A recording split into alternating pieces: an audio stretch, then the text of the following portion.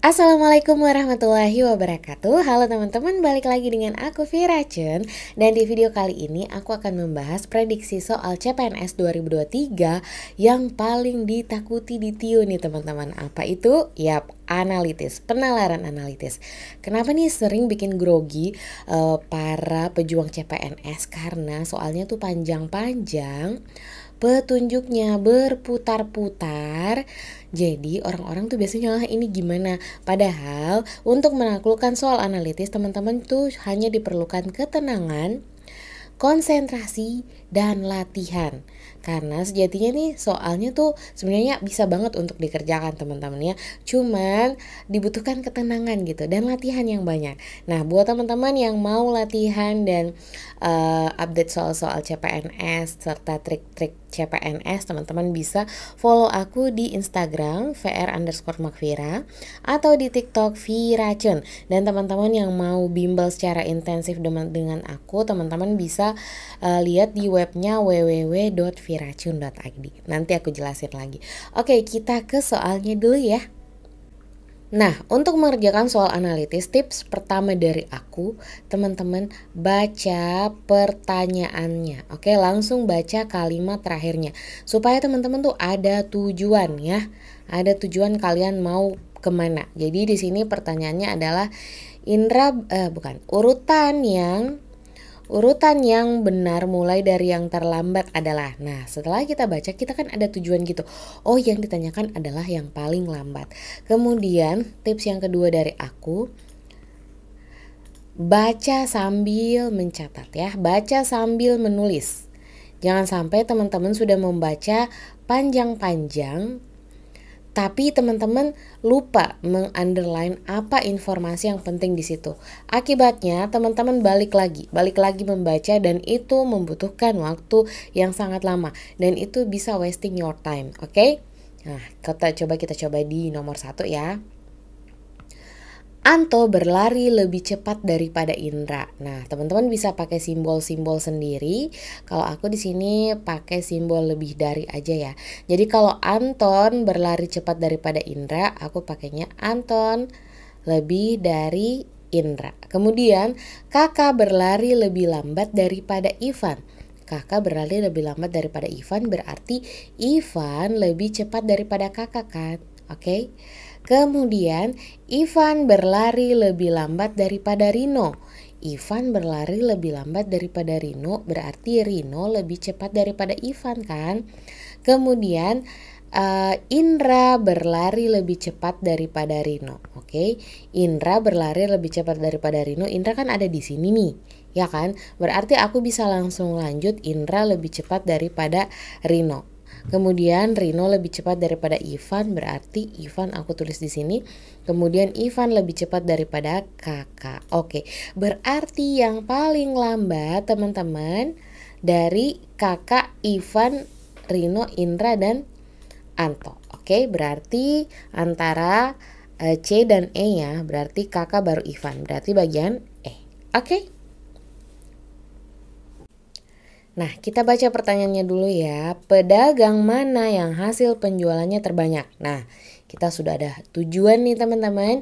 4 orang pedagang bakso menghitung hasil penjualan dalam 1 hari. Pedagang 3 lebih banyak menjual dari pedagang 4. Oke, berarti 3 lebih banyak daripada 4. Tetapi kurang dari pedagang 1. Tetapi kurang dari pedagang 1 yang dimaksud ini adalah pedagang 3 ya. Jadi dia lebih banyak dari pedagang 4 tapi kurang dari pedagang 1. Berarti pedagang 1 lebih banyak daripada pedagang 3, ya kan? Penjualan pedagang 2 sama dengan pedagang 4 dan kurang dari pedagang 3. Oke, berarti dia bareng-bareng dengan pedagang 4 ya. Pedagang mana yang hasil penjualnya terbanyak? Oke, ini langsung bisa dijawab bahwa jawabannya adalah pedagang 1. Nah, teman-teman coba kalian bedakan. Kalau kalian baca aja terus gitu ya. Kalian tidak baca pertanyaannya, kemudian teman-teman tidak mengunderline informasi penting langsung pada saat membaca, itu kan mumet kan teman-teman ya. Kalau kita membaca soal seperti ini langsung aja gitu ya, terus kalian mau mengingat secara spontan itu pasti sulit ya. Jadi lihat nih seberapa cepat aku bisa mengerjakan kalau tekniknya seperti ini, padahal ada banyak petunjuk yang berputar-putar di sini. Oke teman-teman, bisa ya. Jadi analitis tuh bukan sesuatu yang menakutkan, tapi sesuatu yang perlu untuk dipelajari. Oke? Nah, sebelum kita ke soal selanjutnya, ini aku mau jelasin sedikit tentang bimbel SKD bersama aku Vira Chun. Jadi buat teman-teman yang membutuhkan media yang lebih intensif lagi untuk belajar tes CPNS, karena tes CPNS sudah di depan mata teman-teman ya. Sebentar lagi ini sudah dibuka pendaftarannya dari tanggal 19 sampai 30 September 2023 dan kelasnya akan kita mulai pada tanggal 30 September sampai 17 Oktober 2023. Ada 23 kali pertemuan live via Zoom. Jadi bukan rekaman ya, tapi live. Jadi teman-teman tuh bisa bertanya secara langsung sama aku dan diskusi secara langsung sama aku. Dan ada juga diskusi grup Telegramnya. Jadi teman-teman bisa belajar bareng sama pejuang CPNS yang lainnya, sekalian melihat nih gambaran saingan kalian tuh segiat apa sih mereka belajarnya ya kan. Dan ini bisa diakses selamanya kalaupun teman-teman gak sempat mengikuti salah satu pertemuan, itu ada rekamannya dan teman-teman bisa ulang-ulang, bisa banget. Dan semua soalnya ini sudah berbasis CAT, teman-teman bisa mengerjakan sesuai dengan sistem yang dipakai oleh BKN, yaitu CAT teman-teman ya. Teman-teman bisa daftar di www.viracun.id atau aku kesematkan linknya di kolom komentar di bawah ini ya. Oke teman-teman, mari kita taklukkan soal tes CPNS karena pastinya persaingan akan semakin ketat. Jadi sampai ketemu di kelas nanti ya.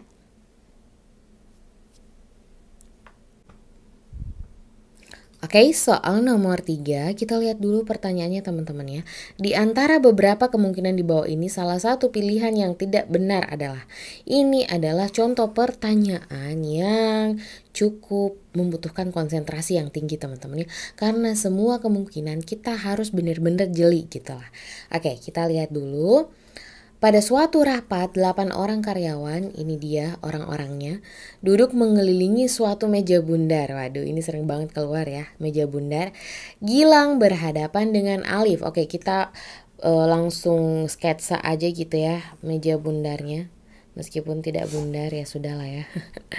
Misalkan di sini Gilang, berarti di hadapannya itu Alif. Jadi tips aku kalau meja bundar, teman-teman membuat garis penghubung sepertinya biar jelas gitu siapa yang berhadapan. Kemudian Mila duduk di antara Tiko dan Lani. Oke, anggaplah Mila di sini ya. Kemudian Tiko dan Lani di sini. Oke. Oke, Mila di sini, Tiko di sini, Lani di sini. Kemudian Lukas dan Lani duduk tepat berhadapan. Nah, gunanya nih garis putus-putus biar kelihatan ya. Oh, ini Lani, ini Lukas. Tiko duduk 2 kursi terpisah dari Alif. Coba kita lihat apakah sudah benar. Ini Tiko, ini Alif, terpisah 2 kursi. Cocok ya. Jadi dia bisa duduk di sini teman-teman ya. Nah, kita lihat choice-nya. Jadi kalau setiap kemungkinan yang ditanyakan berarti kita lihat semua choice-nya ya. Lukas duduk di antara Rahmat dan Gilang. Oke, Lukas ini ya, Rahmat dan Gilang. Oke, Rahmat kita belum tulis ya. Jadi nggak ada larangan ya kalau Rahmat di sini ya, nggak ada. Berarti bisa ya. Kemudian Lani dan Denny dipisahkan oleh Alif. Lani dan Denny, oh ini Alif ya. Nah, boleh ya. Alif Denny di sini nggak ada larangan, ini juga bisa. Mila duduk di antara Tiko dan Lani. Mila duduk, oke ini sudah benar tadi ya. Kemudian Lukas dipisahkan 2 kursi dengan Alif. Lukas dipisahkan 2 kursi dengan Alif. Boleh ya, karena masih ada 2 orang yang belum ditulis nih. Oke, jadi ini bisa juga. Jadi jawabannya adalah bagian E. Denny duduk di antara Gilang dan Tiko. Denny duduk di antara Gilang dan Tiko. Kenapa? Karena ini akan mengacaukan teman-teman ya. Kalau Denny duduk di antara Gilang dan Tiko, ini akan sulit untuk berhadapannya.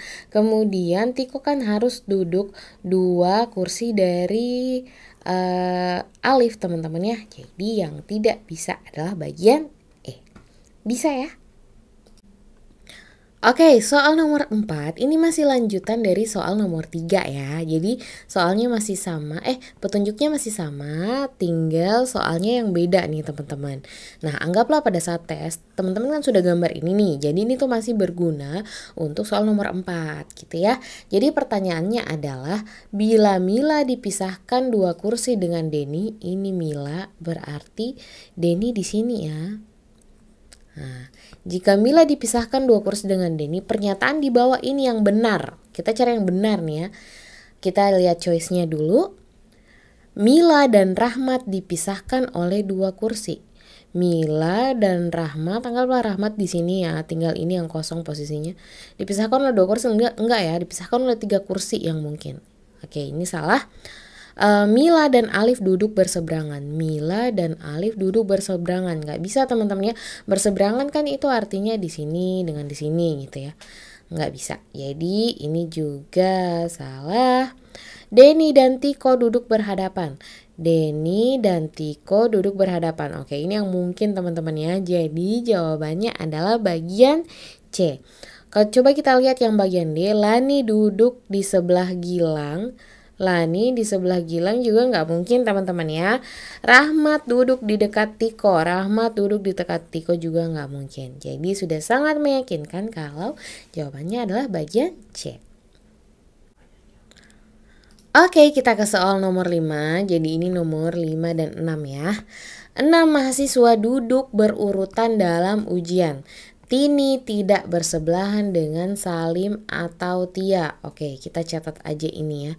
Jadi Tini itu nggak boleh sama Salim atau Tia. Kemudian Nila duduk di dekat Tia. Kita catat aja dulu, berarti Nila di dekatnya Tia. Tini duduk di dekat Jufri. Oke, Tini duduk di dekat Jufri, kita catat aja ya di sini ya. Kemudian Jufri duduk di sebelah Nila. Oke, berarti Jufri di sini ya. Kemudian ini berarti Tini di sini. Oke. Nah, kemudian Salim tidak ingin didahului oleh Harto dan Harto bersebelahan dengan Tini. Berarti Harto di sini. Kemudian Salim di sini dong karena dia nggak mau didahului. Tia duduk di urutan terakhir. Udah cocok ya. Berarti siapakah yang duduk di urutan keempat? 1, 2, 3, 4. Jufri ya. Jadi jawabannya adalah Jufri. Meskipun agak ribet gitu ya teman-teman, dilihatnya ini kayak gimana. Tapi yakinlah kalau teman-teman mengerjakannya dengan tenang dan teman-teman mencatat poin penting dengan benar. Dengan benarnya gimana kak caranya? Itu adalah hasil dari latihan dan belajar yang benar teman-teman ya. Jadi teman-teman kalau mau menaklukkan lebih banyak lagi soal penalaran analitis yang jauh-jauh lebih hot daripada ini semua, ataupun mau lebih dapat tips dan trik yang lebih beragam lagi, teman-teman bisa join di bimbel SKDBC 4 bersama aku Viracun, dan pendaftarannya bisa di www.viracun.id. Oke, kita melangkah ke soal yang ke-6. Ini masih sama ya, sama yang tadi. Pertanyaannya adalah urutan duduk mereka adalah. Oke, urutan duduk mereka Tia. Di sini teman-teman bisa lihat ya. Jadi Salim, Harto, Tini, Jufri, Nila dan Tia. Oke, kita lihat Salim, Harto, Tini, Jufri, Nila, dan Tia. Jawabannya adalah bagian bagian A teman-teman ya. Jadi salah satu keuntungan juga kalau penalaran analitis yang soalnya bersambung gitu ya. Kalau teman-teman sudah berhasil mengerjakan nomor sebelumnya dengan benar, nomor selanjutnya itu bisa dikerjakan dengan sangat cepat ya, nomor selanjutnya. Tapi minusnya kalau kalian salah di nomor 5, otomatis kalian juga akan salah di nomor 6. Jadi ini pisau bermata dua gitu teman-teman ya. Jadi harus dimanfaatkan dengan sebaik mungkin kalau ada soal penalaran analitis yang seperti ini. Dan hati-hati juga, jangan sampai kalian kehilangan 10 poin gara-gara salah di kedua nomor tersebut. Oke teman-teman, aku ingatkan kalau tes CPNS 2023 ini persaingannya tuh akan semakin ketat ya. Jadi nggak bisa santai-santai karena formasinya tuh nggak sebanyak tahun-tahun sebelumnya dan pelamarnya tuh banyak gitu teman-teman, karena yang mau jadi PNS tuh banyak ya. Jadi jangan dianggap remeh, teman-teman harus belajar dengan benar, dengan efektif, karena kalau di soal CPNS itu kita dikejar dengan waktu teman-teman ya. Jadi nggak ada ceritanya kita menghabiskan waktu sebanyak 5 menit dalam satu soal, itu jangan. Jadi ada 110 soal untuk waktu yang hanya 100 menit. Jadi kalau kita rata-ratakan, setiap soal itu seharusnya bisa dikerjakan kurang dari 1 menit. Nah teman-teman, kalau di soal TKP dan TWK itu kan soalnya tuh agak-agak panjang tuh. Tapi kalau di TIU ada memang beberapa soal yang dilihat-lihat aja itu bisa ditahu jawabannya teman-teman. Ya caranya gimana? Yuk gabung bersama kami di Bimbel SKD Batch 4 bersama aku Viracun. Teman-teman akan diajar oleh pengajar profesional langsung bersama aku dan sudah 100% PNS ya. Jadi selain kita sharing ilmu nih, kita juga akan sharing pengalaman bagaimana cara menaklukkan tes SKD ini ya, karena dibutuhkan mental dan pengalaman gitu teman-teman ya. Jadi mungkin banyak ya yang mengajar tes CPNS itu tapi bukan PNS, mungkin emang keilmuannya bagus gitu, tapi kita kan juga butuh sharing gitu teman-teman ya. Gimana pada saat tes CPNS kakak kemarin? Nah gimana kalau jawabnya? Saya juga nggak pernah tes. Itu kan jadi bias kan jadinya teman-teman. Oke, jadi buat teman-teman yang daftar di Bimbel SKD Viracun Batch 4, aku tunggu di kelas dan kita akan mulai pada tanggal 30 September ini. Artinya tinggal ada beberapa hari lagi teman-teman ya. Oke, sampai ketemu di video selanjutnya. Assalamualaikum warahmatullahi wabarakatuh. Dadah semuanya.